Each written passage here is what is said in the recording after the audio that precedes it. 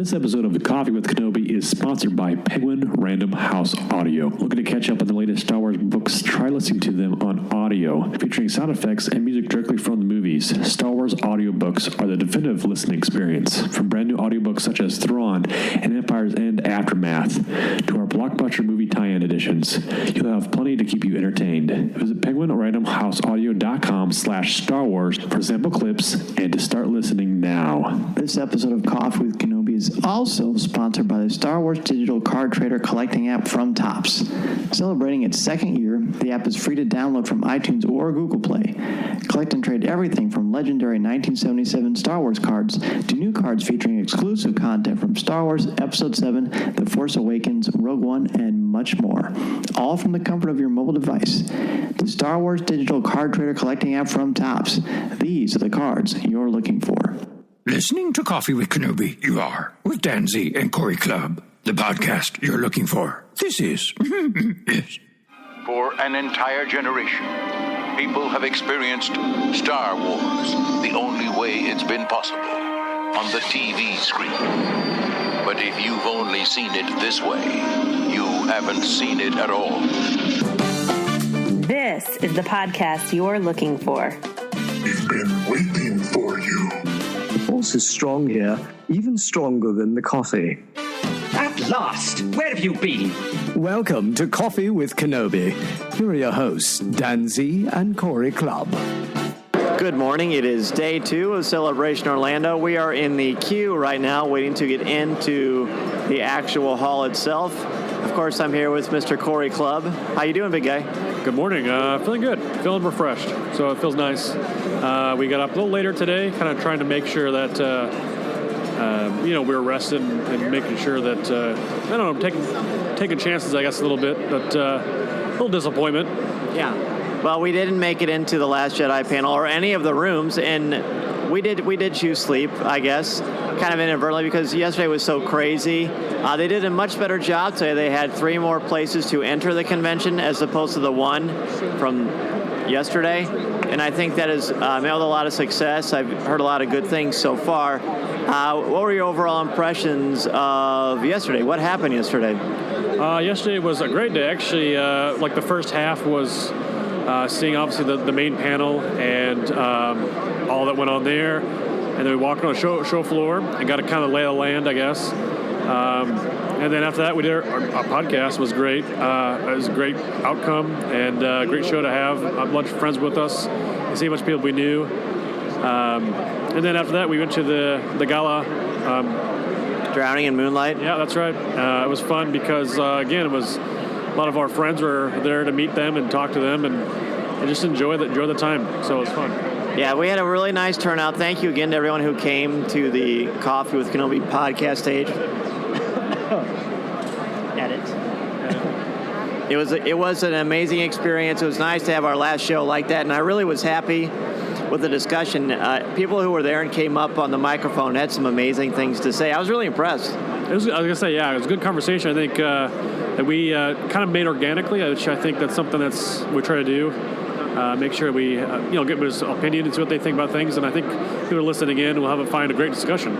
Yeah, agreed. So we did a lot of time on the convention floor yesterday. Didn't get any exclusives. Our plan today is to hit the store first, see what we can find there, because that line yesterday at one point was over 2 hours long, which is, you would almost expect that.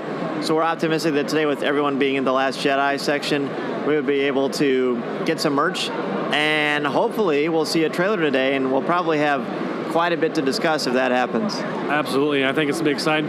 Yeah, we're not going to be in the room, but we'll check out the live stream if we can. The Wi-Fi here is spotty at best, but spotty is a generous term. It is. I was going to say, yeah, it's generous for sure. But we'll check out the live stream and be in line for the merch and go from there. That's all we can do. And our highlight for the day, is, I would say, we're going to get our picture with Freddie Prinze Jr. and Sarah Michelle Gellar. So that's going to be awesome. Yeah, it's going to be great to see him again and be able to share a moment and have fun. It's cool. I'm excited for it. Yeah, so we will be back shortly with some interviews with some great Star Wars fans. We are back here in line waiting to get into the convention floor, and we are here with a member of the Coffee with Kenobi family. If you would, give us your name. Robbie Malin. Well, nice to meet you, bud. Tell us, what has your experience been like so far? I know you had quite a day yesterday. It's been pretty great. I waited overnight and was lucky enough to get into the live stage for the 40th. And I also got a wristband for the Dave Filoni and Pablo Hidalgo panel, which was wonderful. I always enjoy hearing them talk. Waited in line for about 4 hours from start to finish for the store, only to find most of it picked over already. But then the Carrie Fisher Gala last night was a wonderful experience, and it was a great, exhausting first day, and I'm ready for some more. Yeah, and hopefully you got a little bit of sleep. When you went in the store, did you get to pick up anything? Yeah, I got a couple shirts. I got the Her Universe Ahsoka Vader shirt, and I got the Minimalist Empire Strikes Back t-shirts and a patch. A couple of things that I was looking for weren't there anymore, but so it goes. But when you were in there, was Ashley Eckstein in there? No, she wasn't. So overall, when you're walking around, actually, even before we talk about the energy here, what was it like when you're in that room and you saw George Lucas and Harrison Ford in person? It was just like unbelievably emotional. I was bawling the entire time. Like when Billy Lord got on stage and started talking, and just then the John Williams reveal, just like I could not stop myself from just tears coming down my face. Well, and that's something you will never forget. You got to be a part of something that most Star Wars fans would dream of. So I'm really happy you got that opportunity, and I'm also happy you're able to get a little bit of rest. Are you planning on coming early tomorrow for Rebels? Yes, I am. Good deal. It's going to be a great show. Hopefully we'll see you around the convention floor. Well, thank you very much. Thanks for being on the show. So we're back here on the celebration floor in Orlando for day 2, and I'm here with two illustrious, famous fans, Aaron Harris and Jeff McGee. I'm biased because they're in the Coffee with Kenobi family, Comics with Kenobi and Rebels Reactions, respectively. Gentlemen, the award-winning Rebels Reactions, that's correct. Jeff, impressions so far of the overall con and the difference between yesterday and today? Well, so far between yesterday and today, I'm actually able to go do stuff because I'm not standing in line at the Celebration store, and boy, am I glad I'm not. The line is about 4 times the size it was this time yesterday because the 40th anniversary panel was the most popular ticket of the day.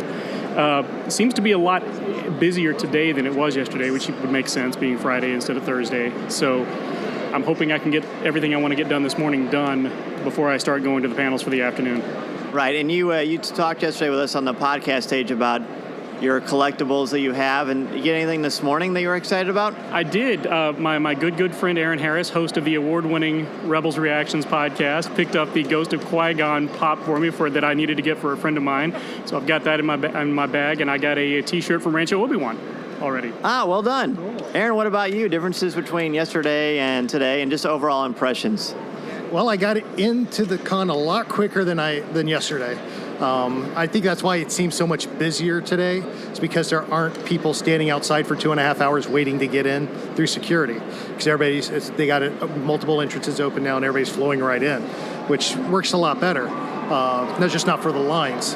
But I'm having a blast so far. It's been great. It's my first celebration, so I'm just soaking it all in and having a blast. And you had some good fortune at the Funko booth, correct? I did. I won. I got picked for the lottery, the Funko lottery that they did. And this morning went in, got all the exclusives I wanted, picked up an extra one for Jeff and a couple for Cory, and got my Chopper and the Imperial disguise and my Grand Admiral Thrawn. I am Rebels happy right now. You were all set. That cheering you heard in the background was people getting ready for the live stream of the Last Jedi panel over at StarWars.com's booth. I believe that's where we're going to go watch it. So right now, Cory, we divided and conquered. Cory's in the store line. I got a Lightspeed pass to come back at 1:10. So we'll see what kind of success Cory has in there. Looking to catch up on the latest Star Wars books? Try listening to them on audio. Featuring sound effects, top-notch narrators, and music directly from the movies, Star Wars audiobooks are the definitive listening experience. From Han Solo to C-3PO to Admiral Akbar, you'll recognize all your favorite characters.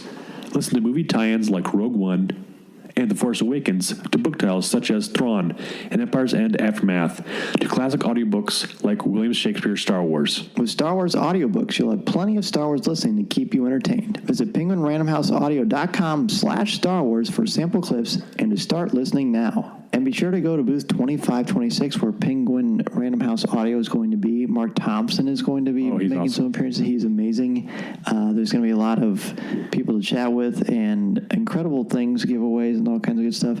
And you just might see Cory and I there as well. That's right. The other thing, too, is we're kind of promoting this, too, because we love audiobooks as well, Dan. It's one way to ingest the books, I think. Personally, for me, it's nice on a drive. If folks looking to catch up along the way, definitely grab one for your trip out to Celebration. Coffee with Kenobi is also sponsored by the Star Wars digital card trader collecting app from Topps. And Cory, this app has seriously been exploding. Absolutely, Dan, and it's only been in the last few days. They came out with a new set called the Retro Print Set, and again, these are just like old-styled designs from Topps cards that you can collect. They're unique enough. I got the first one, and I texted you, said, check this out, this is awesome. It's got Luke and Vader fighting on, kind of looks almost like a comic scene. And I don't really know exactly where it's from, but definitely it's unique and a lot of fun. And again, there's so much here in this app to do. You can get on and you can get your favorite characters. You can collect cards from anywhere from Clone Wars to Rebels to Rogue One to Force Awakens, and in between, everything there. So there's so much for fans to get on and check out. There's daily credits. The whole app itself is free for fans. And again, if you're looking for something to kind of pass the time, if you're waiting in line, or you want to have something to do, again, this is a unique way to be able to collect these cards, open packs, get new cards, and share with friends. So there are so many different sets to choose from. Everything that you love and I love about collecting in a galaxy far, far away. The Star Wars digital card trader collecting app from Topps. These are the cards you're looking for. The trailer is obviously premiered, the teaser trailer. A lot of reactions, and I'm here with three Star Wars experts. I got the Podfather, Scott Murray, from Assembly of Geeks with the Geek Directive. I've got Mr. Marvin Dog Media himself, Jeff McGee of Comics with Kenobi and the Geek Directive, and a guy you may have heard of named Cory. So, gentlemen, initial reactions to not only the trailer, but your experiences seeing the trailer, because we all have different ones. Well, this is Jeff. I saw the trailer on my phone, and it was really something. I had to watch it again because the panel I was in started a video in the middle of while I was trying to watch the trailer. The teaser, sorry, this is not a trailer, this is a teaser, and that's the one thing that I kept having to remind myself. But it was kind of what I was expecting. We got a lot of dark storylines coming in. We got a lot of destruction. We got a lot of really grim imagery, and we've also got some dialogue that is a little dramatic. I don't know. I don't know how spoilery we want to get. I guess we assume everybody's seen it. I was with it until the very end of it. My two favorite moments were seeing the battle. Actually, I had three moments. The battle out among the stars that we saw. The image of the ships plowing up the desert on whatever planet they were with the red smoke or whatever building up, which reminded me of Megaforce starring the great Barry Bostwick. I'm probably the only person who made that connection. And then the very end, when we hear what sounds like Luke Skywalker's voice saying, I only know one truth, and that is the Jedi... What is it? The Jedi must end. The Jedi must end. I'll hold off the rest of my thoughts until everybody has a chance to weigh in, but I have a thought about that. Yeah, for me, my experience was I was waiting in line as it was going off. One of the booths over here, the Star Wars booth. I could hear it go off, a little people cheering and stuff. And, we didn't get into the panel itself. It was kind of a downer, I think, but that's okay. I mean, it's the way it goes. Then I watched it. I came over to the panel looking for Dan and watched on the big screen there at the booth. And so that's how I first saw it. And then I saw it a second time here, just getting lunch on headphones on my phone. So my first little reaction is the imagery itself is beautiful. It really looks great. I think the whole vision is really definitely there. They're definitely going for a really striking serious tone. So I think there's some dark themes. There's a lot of returning characters. I'm excited to see where it goes because there's there's so much. I think it's a very simple teaser, but also that it just dives into so many questions of what's kind of going to happen next. So, in that essence, that's my first thoughts. Oops. Yeah, definitely a teaser. I had read something before the convention started that it was going to actually be more of a full trailer, but it definitely was a 2-minute teaser. I mean, I have to echo what everybody else says as far as the imagery is concerned, because it was very powerful, beautiful imagery. And then, yeah, like the space battle thing was so Star Wars, and with that music behind it, that's when your Star Wars goosebumps really start going. But here's the thing that really stuck out for me is it was a reminder just how good 7 was. Because remember, when we went into 7, one of the things I was wondering early on as somebody who's grown up with this since the 70s was how deep and how quick am I going to attach myself to Finn and Rey and Poe and all of them. And I know as I watched this trailer, I was excited to see them again. And I'm excited to see what's happening with them. And that's just proof of what a great job Disney and Lucasfilm has done by bringing us these new characters, because it might as well have been the old trilogy again, because I was excited to see those characters again, and I can't wait. Even though I don't really know what's happening, I'm anxious to see. It was great to see Finn. It was great to see Poe, and of course Rey, and wondering what she's doing with Luke. So that's the thing that really struck me was, clearly I love these new characters. Scott, that's something I noticed as well when I saw them. I mean, recently it's been all about the 40th anniversary and Rebels in the original trilogy, the legacy characters, as Mark Hamill said. And when I saw all of them, including just that brief thing with Poe and BB-8, my heart was just felt like the Grinch, when it grows. And I'm not a Grinch, but I was just happy because I saw, we're home. These are our family. This is our Star Wars family. And I never really felt that way or realized I felt that way until I saw it. So I like that you brought that up. As far as the trailer goes, I thought it was really, really beautiful. Like the imagery. I mean, we saw this, of course, with Gareth Edwards and JJ to a degree, but with Gareth and now what we've seen with this film with Rian Johnson, the cinematography of this thing looks like art. It's stunning. It's beautiful. The shadows, the light, incredibly smart because of the whole light-dark thing. A lot of symbols with the first time we've actually seen the Jedi symbol on film. What appeared to be Kylo Ren's smashed mask, and then when we do see Kylo, no mask. That's what it looked like. I don't know that for sure. And that one image from the distance of Luke and Shadow and Rey with a lightsaber dueling, and it looked like there was someone else there, perhaps too. Maybe it was Jeff, I'm not sure. And I was really moved. And it does sound like what Luke says at the end about the Jedi must end, or whatever he actually says. I thought that was neat because I didn't take that literally. I took that as a metaphor. The way of life, the way of thinking that the Jedi has to end. We have to have something new. That's just how I took it. I have no insights on this, of course. That's right. No, Jeff next. How's you at? No, go ahead. Well, I, as far as insights go, I'm trying not to speculate too much about this because we learned with Rogue One that we saw quite a bit of footage in the trailers that didn't end up in the film. So I don't think I don't think they would try to do that to us on purpose again, because it seemed a lot of people thought it was very bait and switchy. But what I do think is that we may not be hearing all of the dialogue at the end when Luke says the Jedi must end. I'm wondering if there's a ... where he finishes by saying something like, must end this habit of running and hiding whenever anything goes wrong. But he's hiding. But he's hiding, so why would he say that? Because he's saying it has to end. Maybe he's saying we gotta. I don't know. Again, I'm speculating. You got me speculating, Dan. I will not be speculated.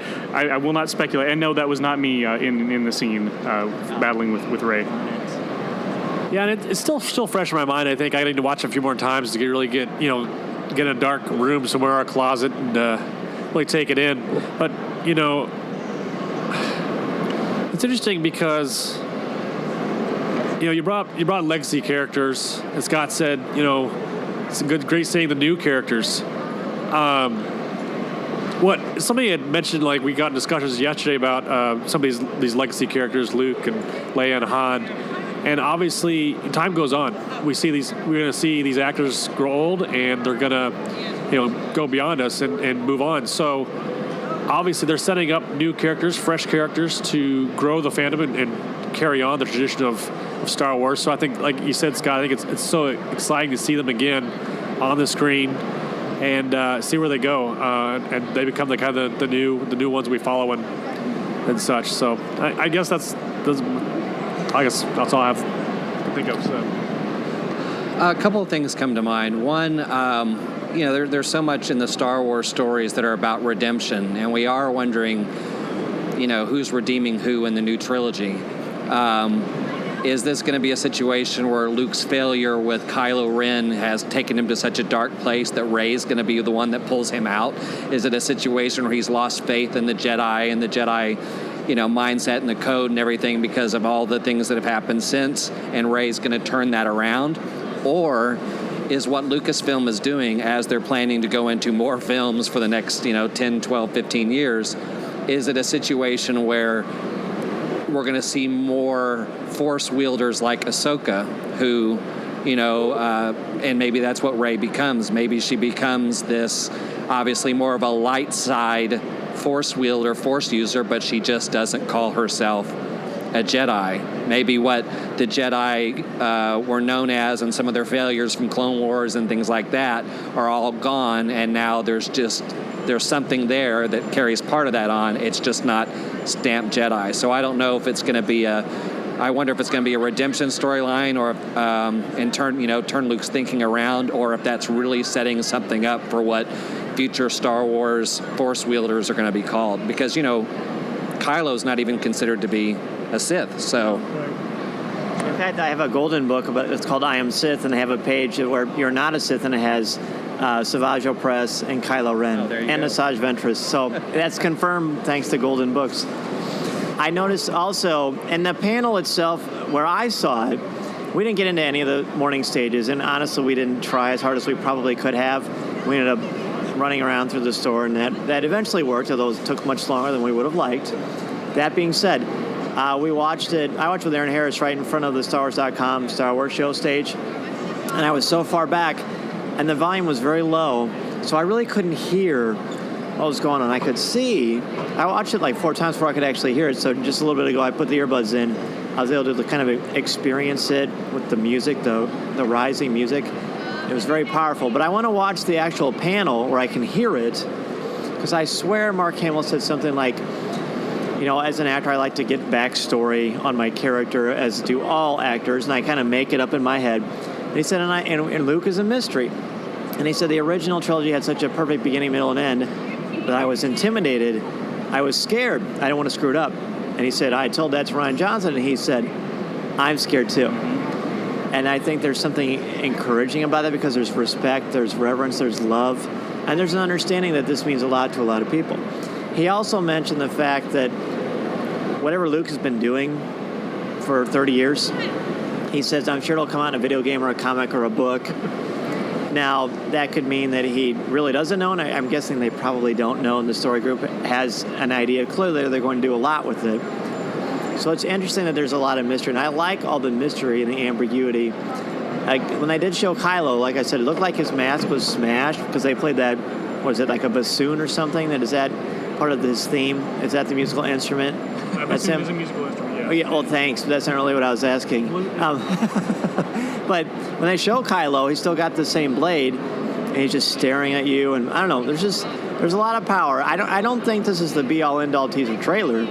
That honor still goes to the Phantom Menace by far, and I liked it. I'm not going to say it was underwhelming, but there wasn't much there, and that's okay, because it's a teaser. This is like the Black Friday, The Force Awakens, really.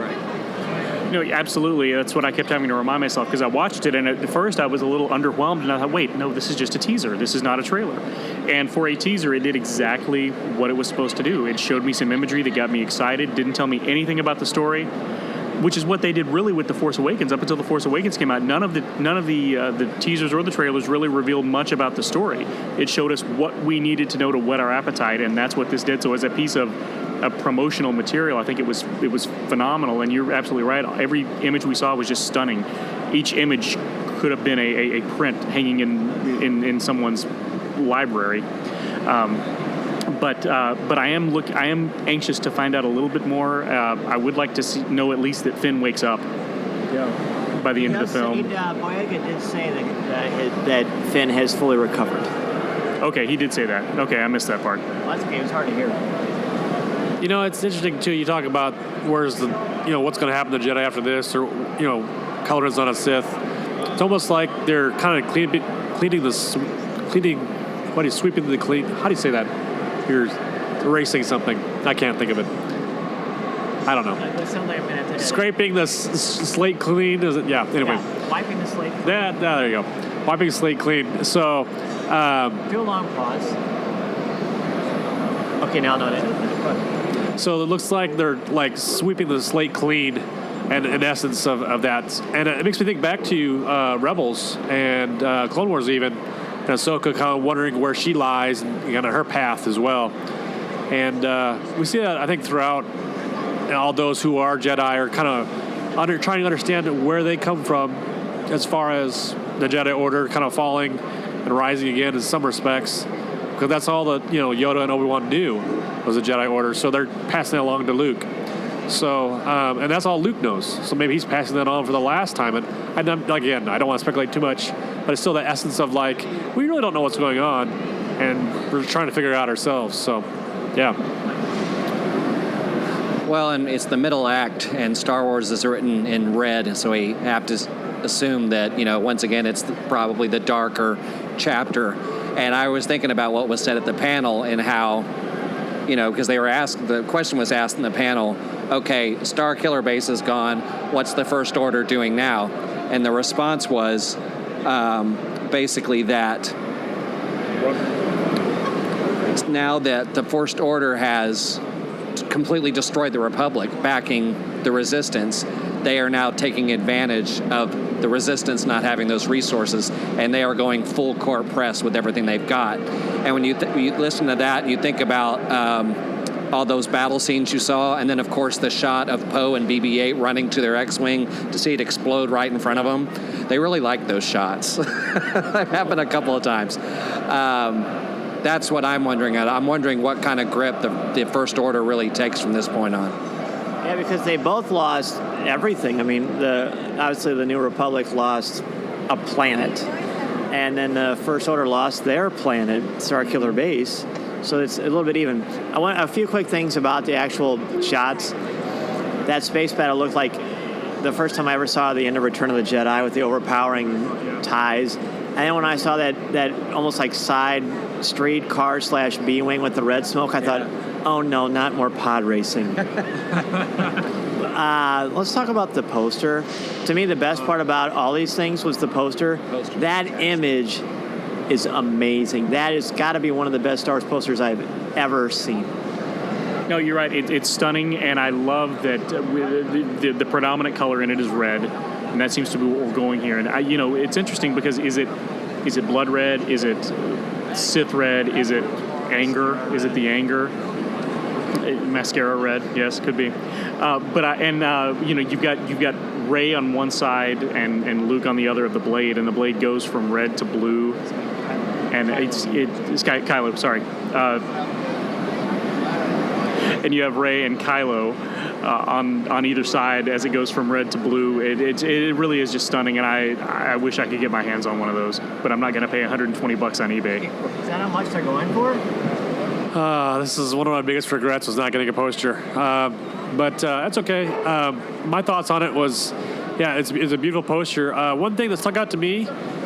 It's a very He-Man poster. If she's looking up, and I could not, when I first saw it, I was like, Tron is what I thought. Tron's. The very much of the 80 vibe to it. To me, it's just like I have the power.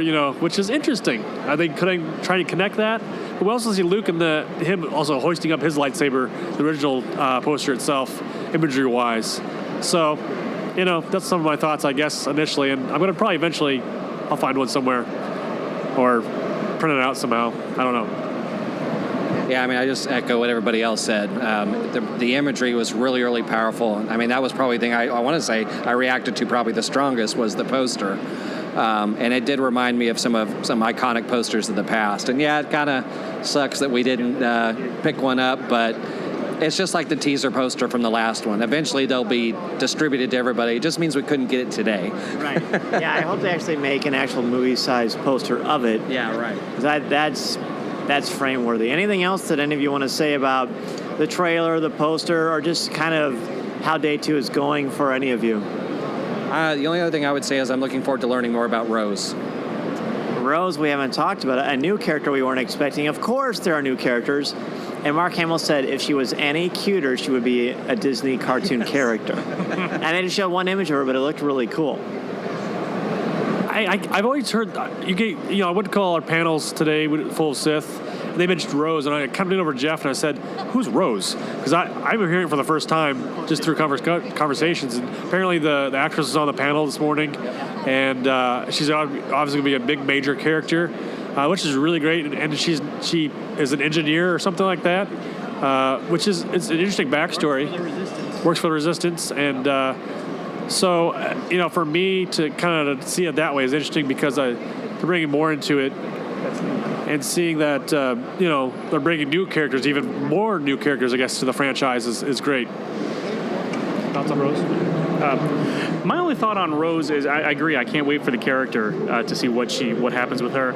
My only thought was the name. We talked about before, Luke is a very earthbound name, but it's still a name. Rose, while it is an earthbound name, it also is the name of a flower. So I'm wondering, what does Rose mean in the galaxy far, far away? That's my only question. Come on, say it, Dan. I got this. All right, so let's think about a rose for a second. All right, a rose is beautiful, and it also can cut you, right? There are thorns on it. So, I mean, talk about wild speculation. But I like the poetry of her name. It is very verse-wise, because it's not some weird, like when you had Justin on a while ago, and about over a year, 2 years ago, when you guys talked about the names in Star Wars. This is a very unique name, but pretty cool. So I think if there's anything else, guys? We do have one more special celebrity, Mediocre Jedi. Hey, and he and his son have some pretty awesome shirts. We're talking about the trailer. Initial thoughts on the teaser trailer? Honestly, I was a little underwhelmed. I got to be honest with you. I did like it. Looked like we saw Rey holding her hand, and it looked like we saw some pebbles levitating, which leads me to believe that the Force is getting stronger with her, which is great. I'm not sure what I feel about Luke saying the last of the Jedi. It could go many different ways. As we know, the Jedi Order definitely had their faults.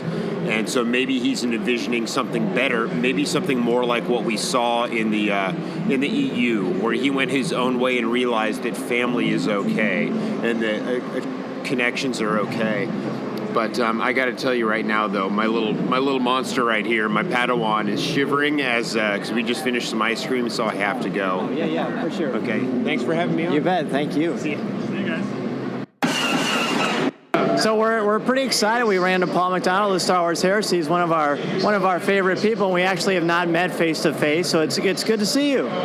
Absolutely, it's good to put a face. Well, we've met on Facebook, so there were faces involved on Facebook. Right. But yeah. So you just got out of getting your picture with Mark Hamill. What was that like? We absolutely did. I mean, the line was long. It was kind of our own little version of the Jedi steps. We didn't have to like climb a mountain, but we did have to stand in line a really long time. And then it was kind of a blink and you'll miss it sort of thing. But yeah, it was absolutely fantastic. Mark was awesome. He said hello, and so yeah, no complaints here. It was definitely worth it. It means everything. Now, how many celebrations have you been to? This is my second. I came to the other one here that was here in 2012. I have to say a little bit more organized. This was right before the Disney sale. Lucas was here actually, talking to Mark and Carrie about the Disney sale 5 years ago. So yeah, it was a little calmer, but it's been great. I was about to say a once-in-a-lifetime experience, but I just said I've been twice, so it doesn't... But yeah, no, I just met Luke Skywalker, so a little frazzled. You're allowed to be, and now, since we're talking about Luke, what do you think of the teaser trailer? I thought it was really interesting. That last line... He's confident about one thing, the Jedi must end. Now, are we talking the Jedi as an institution, or Are we? Yeah. There's just a lot of different ways it could go. So it actually looks really philosophical, like the Star Wars Heresies. Yes. And from what I've heard of Ryan Johnson, he's very much of that ilk. So yeah. Yeah, there's a lot of very kind of a Zen Buddhism thing kind of trickling throughout that, and it looked beautiful. Every image was like art, as we talked about before. Yeah, I mean, you talk about Star Wars Heresies and the mythology and all the ramifications of what could go into it, what's happening next. And we see these, we talked about earlier, just all these characters we now know are new that kind of coming to the franchise. So does that change it up for you as a fan to see like kind of these newer characters coming into the more of a bigger spotlight? Star Wars fans, I have an announcement about autographs. Well, that's a great question. Actually, I will say something they did. Can you still hear me with that? Okay. So, The Force Awakens, I thought they did an amazing job with the characters. Just the fact that you could get, Rey and Finn and Poe and BB-8 and Kylo Ren, just characters that could actually stand up with Luke and Han and Leia. I mean, that's no small feat, and I thought that was really strong, actually. So I'm very, very much looking forward to see what happens next. We are too. We also talked about the fact that when you saw this trailer and you saw these characters again that are pretty new, it had that feeling of, oh yeah, this is my Star Wars family. Right. Yeah, absolutely. And, I mean, at its best, it is a family. Pretty much everybody you stand in line with here, you could probably sit down and have a 2-hour conversation with them. So, yeah, and that's one of the best things about Celebration. So good. Well, we have a huge memory card, so it helps a lot. Okay, that's fantastic. What were your thoughts on George Lucas? He's a pretty cool guy. My God, my thoughts on George Lucas. Because he was here. Well, what he said about mythology and storytelling was amazing. Yeah, I thought that was great. I love him seeing him integrated a bit more into into Celebration and that sort of thing. Because after the Disney sale, we weren't quite sure where it was going. I mean, I think they did a great job with Force Awakens and Rogue One. Maybe it's not, a lot of guys, including myself, can kind of feel his absence, if you will. But again, it's not going to be the same, so I don't expect it to be the same, and it's still great. So, it was great to see him. We didn't actually, camp out or anything because I like to sleep, quite frankly. Same. Yeah. Well, hey, it was great to finally meet you, and thanks for coming back on the show. Well, absolutely. Thank you for having me. Love the show. Good times. I look forward to more Freddie Prinze interviews because I love those. Good. So we do too. Yeah. Good. Fantastic. Awesome. This episode of Coffee with Kenobi was sponsored by Penguin Random House Audio. Looking to catch up on the latest Star Wars books? Try listening to them on audio. Featuring sound effects and music directly from the movies, Star Wars audiobooks are the definitive listening experience. From brand new audiobooks such as Thrawn and Empire's End Aftermath to our blockbuster movie tie-in editions, you'll have plenty to keep you entertained. Visit penguinrandomhouseaudio.com/Star Wars for sample clips and to start listening now. This episode of Coffee Kenobi is also sponsored by Star Wars Digital Card Trader Collecting app from Topps. Celebrating its second year in the app, it is totally free to download from iTunes or Google Play. Collect and trade everything from legendary 1977 Star Wars cards to new cards featuring exclusive content for Star Wars Episode 7, The Force Awakens, Rogue One, and much more. All from the comfort of your mobile device, the Star Wars Digital Card Trader Collecting app from Topps. These are the cards you're looking for. Chewie, get us out of here!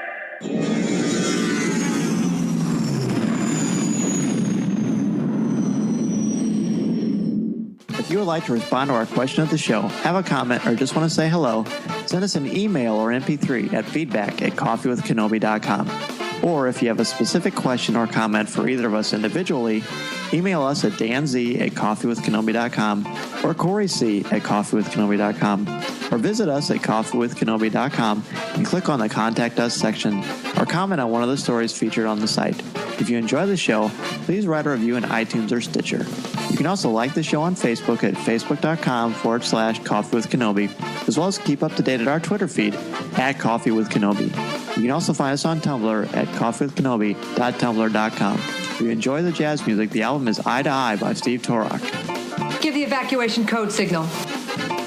This podcast is not endorsed by the Walt Disney Company or Lucasfilm Limited. It is intended for entertainment and informational purposes only. The official Star Wars website can be found at www.starwars.com. Star Wars, all names, sounds, and any other Star Wars-related items are registered trademarks and/or copyrights of Disney and their respective trademark and copyright holders. All original content of this podcast is the intellectual property of Coffee with Kenobi unless otherwise indicated. This is the podcast you're looking for. There's no one here.